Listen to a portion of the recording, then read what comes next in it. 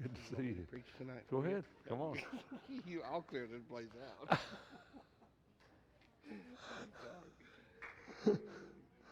How about you, boy?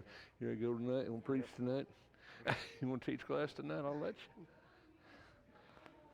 Good evening. What a blessing to be with everybody this evening. Going to finish up Hebrews, and then we're going to move on to something that I'm kind of excited about. But I don't know if we'll get through Hebrews tonight or not. We got to go a long ways down. Shannon, go all the way to 13 for me, please. Chapter. We have gone through a lot of Hebrews, and hopefully you've really seen how he really tries to tell them that it's no longer the Jews that are going to be saved. Judaism is no longer the way. That the temple's been replaced. That now we have a heavenly temple, a heavenly tabernacle. That we are looking for that, looking for something beyond this, looking for a peace, looking for a rest, as the Hebrew writer says, beyond this world. And that's really a big thought in the Bible. And he even says how people in the Old Testament are really looking towards heaven. And that's something you really don't see in the Old Testament. The Hebrew writer really puts that forth. He wants us to understand that, we have a way to God. And that way is not the old way. That way is not the old covenant. That covenant no longer exists. That it's been done away with them. He says in 7, and that really looks back to Hebrews 11, remember those who led you, spoke the word of God to you, and considering the result of their conduct, imitate their faith. I think that's really a good thought. As we always talk about, imitating the faith of Jesus, and that's good. But hopefully there's people in our life that we know that we can imitate their faith, that we see things in them, that we want to be like that, should desire to be like that. He says Jesus doesn't change, right? And that really goes back to even the beginning of Hebrews 1, where he says that, God spoke to us by the prophets in many various ways, but now he's spoken to us by Jesus Christ, through whom he created all things. The idea that Jesus was in the beginning, that Jesus has always existed, and that he's never changed, the same way that God has never changed. Because when people look at the New Testament, they look at what Jesus came like, well, God's changed. And the Hebrew writer's like, no, God never changed, right? The way God deals with man changed. The way God deals with us changed, but God's still God. The same God of the Old Testament is the God of the New Testament. Jesus existed in the beginning. Jesus still exists. Jesus hasn't changed. The only thing that's changed is that God deals with us differently than he did under the law. But the truth is, God dealt with them differently as a patriarch, too, before the law ever existed. So God's dealt with man differently throughout time. So there's nothing different about that. It's the same God. He just deals with us in a different way. It's almost like us with our children. We deal with our child when they're infants and babies. We're going to deal with them a lot different than when they're preteens. We're going to deal with them different when they're teenagers, different when they're adults. Hopefully throughout the centuries, throughout the ages, we've matured, right? We've matured, and God deals with us in a better way, in a much better way than he ever has in the past. You and I are blessed to live in this time, to live in a time when we have Christ, when we have grace, when we have mercy, when we look towards heaven. You and I are blessed to live in this time, in this age, and we need to understand that we're in a blessed place, in a blessed time in the last days. He says, don't get carried away, right, by strange teachings. Be strengthened by grace, not by foods to which those who are occupied were not benefited. He was back in this, once again, back into the old law, food, what's clean, what's unclean, what you should eat, what you shouldn't eat, what you put into the body, right, was a big thing under Judaism. And Jesus says, what? It's not what you put into the body, right? Not what you put in, it's what comes out that defines the man, right? So he says we need to strengthen ourselves. We need to strengthen ourselves through grace and not through ritual or food or drink or any of those other things, because there's no benefit in that. Because you and I have an altar which they cannot eat from. Under the old law, the priests could eat from the altar. They could eat from what was placed on there. That was part of their right. That was a right of a priest. Certain things they could eat that were placed on the altar. But here he says we have an altar They don't have any right to eat from it. But our altar, we know, is not physical. It's not animals placed on an altar. It's spiritual. And we have a spiritual altar that we're able to take from and to eat from. And they have no right to eat from that unless they're in Christ. The bodies of animals whose blood is brought into the holy place by the high priest are burned outside the camp. So when you brought in an animal and it was sacrificed on the altar, the entrails, the skin, the bone, the stuff that wasn't sacrificed, there was a big pit outside of Jerusalem. Gehenna, it's really the word for hell in the New Testament, and that's what it's referring to, that valley of Hinnom. And that stuff was taken outside the camp, even when the camp was in the wilderness. It was taken outside, and it was burned, and it was just a continual fire, burning those carcasses, burning that stuff. The reason the Hebrew writer brings this up is because Jesus was sacrificed outside of the camp, outside of Jerusalem. And because of that, we have a right in that. See, we're sanctified through that, outside the gate. In other words, he didn't sanctify those just inside Judaism. He sanctified those outside the gate, outside of Judaism. And that's what he's trying to bring this. So we go hymned outside the camp, bearing his reproach, for we do not have a lasting city, but are seeking a city which is to come. Once again, he brings us look towards heaven, heavenly Jerusalem, a city that's to come. So he says we need to continually offer praise, right? Fruit of the lips. Talked quite a bit about that when we was in Hebrews 12. Praise and worship, the difference in that. Yet here he says we're to continually offer praise, which is the fruit of our lips, right? We don't neglect doing good or sharing, for God's pleased with that. Obey your leaders. Here he's talking to spiritual leaders here. Our eldership, those who lead us spiritually, obey them, because they will give an account, it says here, for what they do, for their leadership. They should be a joy to them, not unprofitable to them. That's, I think, a big thing for us. You know, what we place upon our elders. You know, they don't get paid for this, right? Elders are a volunteer job. And sometimes when I call these elders in the middle of the night or all hours and tell them all kinds of things and tell them problems that's going on and send them text messages, and I just feel terrible for doing that sometimes.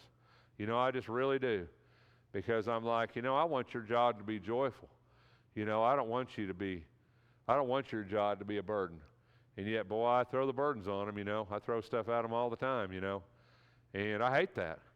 I hate that I have to do that because I want them to be joyful. You know, I really do. I want them to be joyful in what they do. I don't want to burden them with problems. And so many times that's what elders, they just get weighted down with problems, you know. We need to give them some joy, right? You need to give them some joy. And I think that's something that we all can do. It's not profitable for us when we burden our elders, because when we do, sometimes they quit being elders.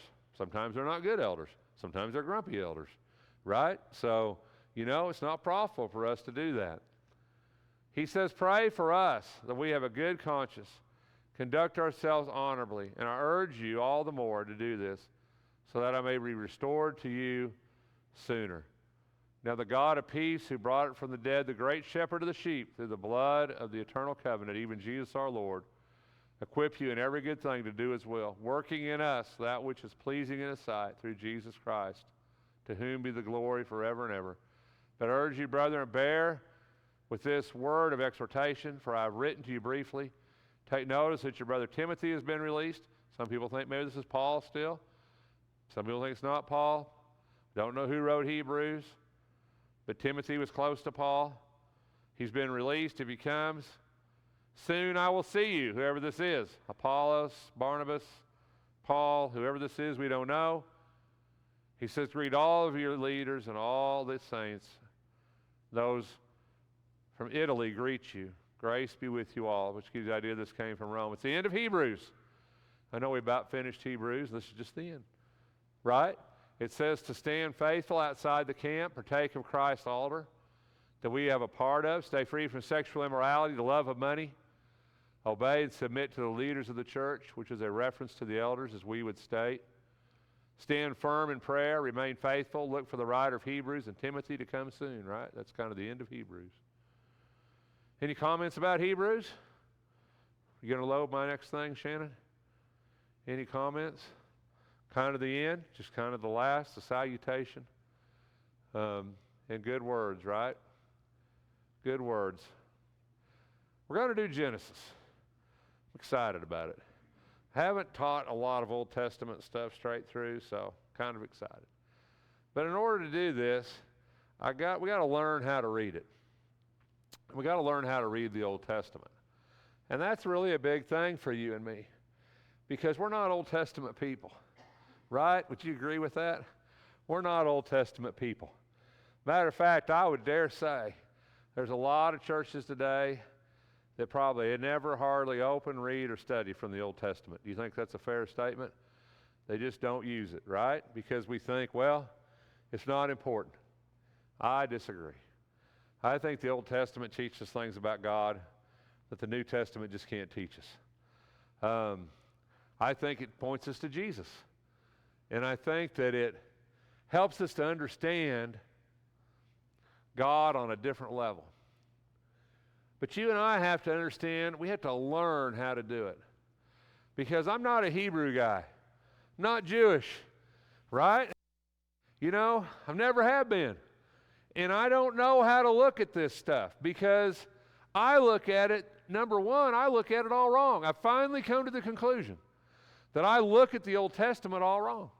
And I have for my whole life. Because I want to look at the Old Testament like the New. I want to look at it through my eyes. My eyes. I want to try to put my science in it.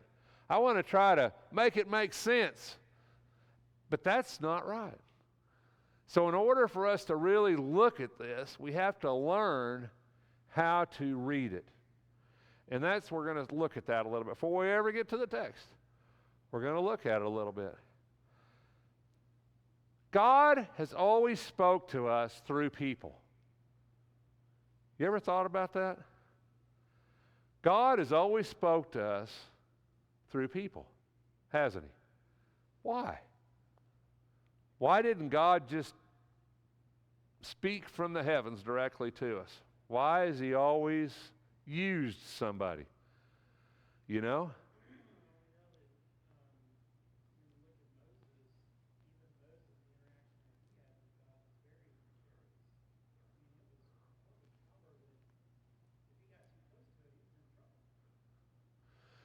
Right. The interesting thing about God is that when he speaks through a person, he puts authority in that person. Do you agree with that? When he speaks through a person, he places authority in the speaker. And that's unique. And it really makes us have to think about who God chose to speak. Right? Because when God chose somebody and said, okay, you write this, God was putting authority in that individual, right? Authority to speak what God wanted to speak. But also, that person was in that society that he existed in. And that really says a lot about us, you know.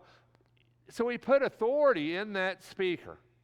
And God has always chose to do that.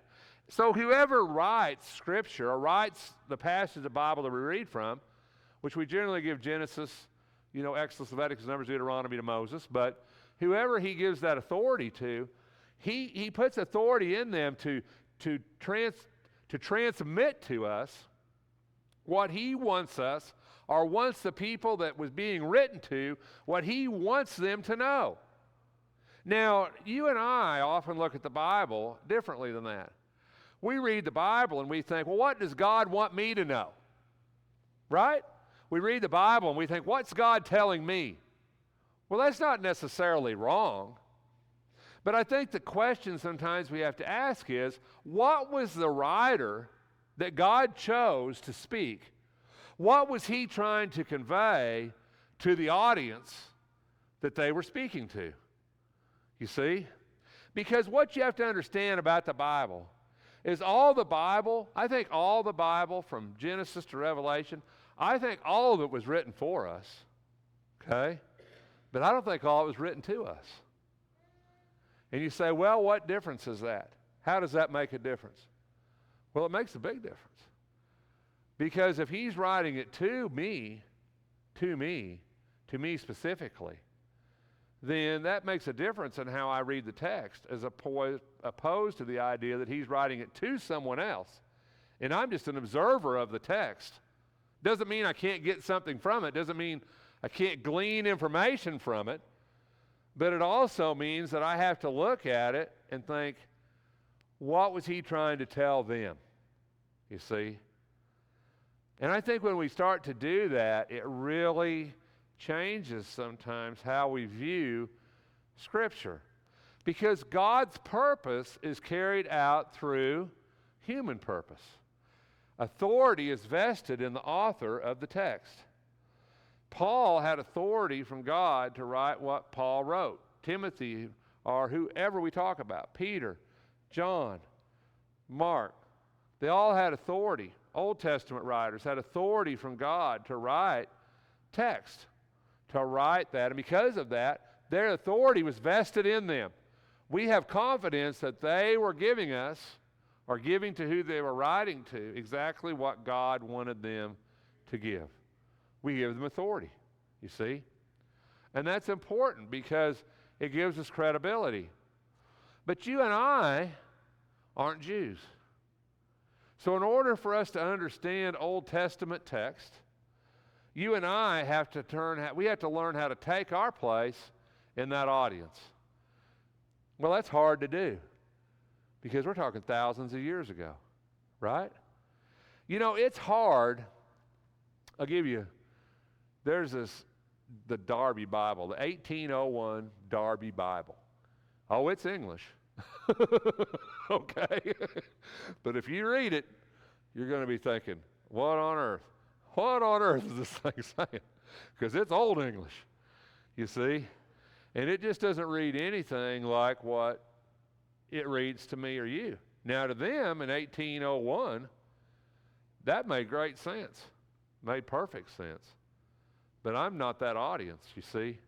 I'm not that group. I'm not that audience. It's a big difference. You and I, even in my lifetime, how has language changed in your lifetime? Words. How has it changed in my lifetime, your lifetime? Right? Words don't mean what words used to mean, do they? You know, there was a time when I was a child, gay men happy. You know, it doesn't mean that anymore, right? You know, words change, don't they? Meanings change, thoughts change, audiences change. Science changes, doesn't it? Even in my lifetime, when I was in school, Darwinism was the thing. That was going to answer all our questions, all our problems, right? Darwinism, we had it figured out. Evolution, right? Survival of the species, we had it all figured out. And now, you know what? We don't have it figured out anymore in textbooks and schools, do we? Now it's intelligent design, and now we teach different things because we decided maybe we didn't have it figured out. When I was in school, when I was in grade school, I was taught science was going to fix all our problems, every one of them, right? I mean, that's what I was taught. I mean, I remember seeing film strips, those old 8mm film strips. That's how old I am. When I was in school, and it showed us seeding clouds for rain and causing the rain to fall and causing it not to fall, and we were going to, it was all going to be figured out. By now, we should have had it figured out. But guess what? We don't. Right? We're no better off than we were back then. Science changes. Things change. So you and I have to put ourselves back. And that's what I want to try to get us to do. And I want to talk a lot about putting ourselves back in this audience that you and I have never really been part of, you know? Because I think we have to do that in order to understand. Because there's high context and low context audiences. Now let me kind of make that plain. So I've been a mechanic my whole life. And if I'm talking to another mechanic about fixing something that's been a mechanic for 10 or 15 or 20 years, right? I'm just going to tell him what he needs to know, cover the high points. Now if I'm trying to tell somebody how to fix something that's never had a wrench in their hands, that's low context. You see what I'm saying? And I'm going to have to, I shouldn't probably use that word, but I got to dumb it down, right? I got to, because I'm talking to a low context audience. Does that make sense? Well, you and I, when it comes to what Moses wrote, we're low context. They're high context. So what's the problem with that? The problem is throughout the Bible. It's something we don't think enough about, and we should. Let me give you an example of this. So when Luke writes Acts, right, the book of Acts, those people, that was the beginning of the church, right? Acts chapter 2, beginning of the church. So when he's writing to them and he says, what do you need to do to be saved? He says, well, you got to hear, you got to be baptized, right? Because why? Because they're low context. When Paul writes Romans, right? We've been looking at Romans on Sunday morning. When Paul writes Romans, he's writing to people who are already saved, who have already been obedient, who have already been baptized, who have already been in the church. Paul's not going to be a low context writer to that audience because they're a high context audience. They already know things. So when Paul says, if you believe in your heart and confess with your mouth that Jesus is Lord, that's fine. Because that's absolutely true, because they know everything else that goes with that. They've already done it. Paul's not going to go back and say, listen, you better be baptized, you better repent, you better learn. Why would he do that? Because they're high context. The whole Bible's written like that. When you read letters, they're written to high context people. So I can't really go to Romans or Corinthians or Hebrews or any of those and say, well, let me take you here to show you how to become a Christian and the basic tenets of Christianity. Because it's not what those letters are about. Those people already know that. Why would I tell them that again? I don't need to tell them that again. They already know it. They're high context. You and I, when it comes to the Bible, when it comes to the Old Testament, we are extremely low context. You and I, we don't understand Hebrew. We don't understand the science of that day. We don't understand how they viewed the world. We don't understand how they viewed God. We don't understand any of that. So when we read that, we got to think, how am I going to put myself back in that audience? Because I'm low context here. And because I'm a low context audience, I'm a low context reader, I've got to bring myself up to speed in order to really understand what Moses was trying to say to the people that he wrote those books to. Because once again, he didn't write them to me. He wrote them for me, but not to me. If he wrote them to me, they'd probably look a whole lot different because Rex would have to know a lot of things that he didn't put in there because I'm not Jewish. I'm not a Hebrew, right? I don't understand. And so when I do that, I got to read that and think, when you read the Bible, you can't just think about what they're trying to say. You got to think about what he's trying to say to who he was writing to. It's really important that I put myself in whatever audience that that book's being written to. When I'm reading Romans, I should put myself in the audience of the Romans. When I'm reading Acts, what Luke wrote to the authors, put myself in the audience. I'm reading Corinthians, put myself in the audience. You know? Because in order to really understand what those books are saying, I kind of got to become them. I kind of got to think, what was Paul writing? Why was he writing that to them? You know, why did Paul write about communion in 1 Corinthians? Because they had a problem with communion, right? You know? So I got to put myself back in that. Why were they having a problem? What was the issue? What was going on? What was the division in Corinth? Why was Paul writing that to them? So I'm a really low context, really low context guy when it comes to the Old Testament. And one reason is because of this, cosmic geology. Because you and I, we view this world so much different than they did. People, we view this world different than they did 300 years ago. You agree with me? You know? I mean, let's face it. People were burned for saying this earth was round. Right? People were executed because they said everything doesn't revolve around the earth, because we revolve around the sun. People were executed for that. The church executed people for that. You know? Things have changed. I can't read the Old Testament and get what I really need to get out of it when I'm looking at it through 21st, 22nd century, whatever we are, eyes. Because my cosmic geology is different. And I'm going to try to explain this a little bit to you, what I'm talking about here. They lived in a world of gods. Now, you and I don't. I mean, we try to say, well, people have made gods to themselves. You and I do not live in this world. They lived in a world of gods, right? Polytheism, multiple gods. Just almost as old as God himself, right? Just almost as old as the Bible. People had gods. The Hebrews were raised in the land of the Egyptians, right? Raised in Egypt. Egypt was a land of gods. You had an earth god. You had a sky god. They were married. In Egyptian cosmic geology, they were married. The earth god and the sky goddess were married to one another, and the air god held them apart. But if you've ever read anything about Egyptians, you know they had 1,000 gods, moon gods, sun gods, right? That was a world that they existed in. When they came out of Egypt, this was the world they left. And God took them out and said, there's only one. You ever think about that? You know, even in the New Testament, they were fine with having another God, weren't they? They were okay with it. Remember Paul on Mars Hill? They were fine with another God. But when Paul said there's only one, that was a problem. Because they existed in a world, and you know, I never really understood this until we went to Italy. I did, I've read this. But man, when we went to Italy, we went to the Isle of Delos, which is just ruins. And me and Susie, we took a ferry over there just on our own time, and this whole island is an island of ruins. And we walked through this island up this hill.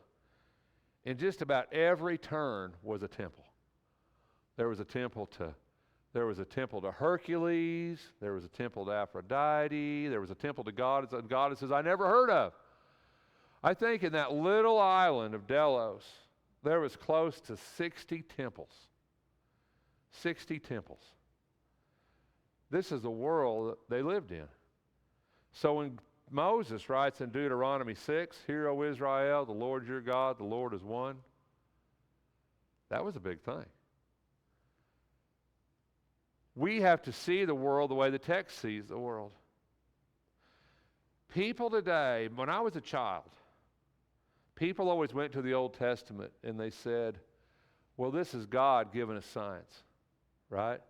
In other words, I'm going to prove that God said the earth was round in the Old Testament. We'll talk about that a little bit from Isaiah. I'm going to prove that God said the earth was round, right? God explains creation, 7 days, whatever. We're going to get into that. I come to this realization several years ago that I wish I had come to when I was a child. And that's the Old Testament. The Bible's not a scientific text.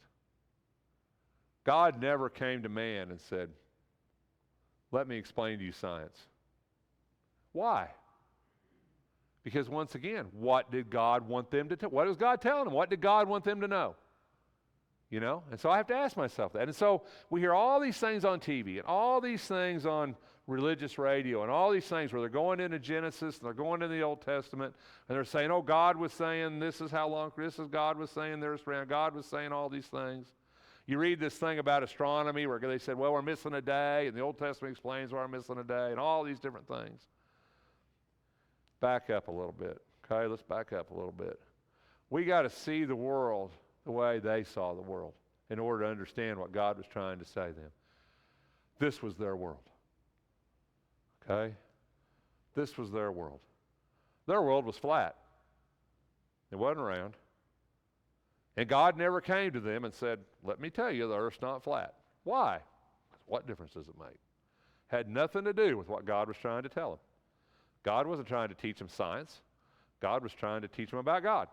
God was trying to teach them how to live. Doesn't matter if the earth's round or flat. It makes no difference to God. This was their world. We see it in Genesis. You'll see it. The firmament. The firmament to them was this air that we're in. The Sheol in the Old Testament was underneath them. Underneath. Down to Sheol. right? Sheol was underneath. The earth was on pillars. That's what he tells Job. We'll look at that text, right? The earth, there was pillars, there was this ocean, there was this firmament, there was this second heaven and a third heaven. In the Greek, in Genesis, Paul says, I knew a man was caught up in the third heaven, whether in the body or the other body, I don't know. Because to them there were three heavens. There was the heaven, the firmament, the air we breathe. There was the heaven, the stars above us. And there was a third heaven above that where God dwells. Right? That's not our theology. We know that the universe is out there, and we got the Hubble telescope, and we know that we can't go above our little heaven and see God. We don't have a problem with that. But we know that. But to them, this was their world. This is how they saw the earth. So when we read Genesis, when we read Job, this was their earth. Isaiah. This was the earth at the time of Jesus. This is how it was. You and I, we know it's not like that. You and I know it is. What did he tell Job in Job 9:6? Who shakes the earth out of its place, and the pillars tremble. You see? Pillars, right? Because the earth is on pillars, right? It's funny, God doesn't go to Job and say, well, Job, let me tell you how it is. Earth's round. Earth's floating in space. Earth's this big ball. Because it doesn't matter. It doesn't matter. He says, the pillars of heaven tremble and are amazed at his rebuke. Now, Job 38, now gird up your loins like a man, and I will ask you, and you instruct me, where were you when I laid the foundations of the earth? Tell me if you have understanding. Who sets its measurement, since you know, or who stretched the line on it, or where its base is sunk? Or who laid its cornerstone when the morning stars sang together and all the sons of God shouted for joy?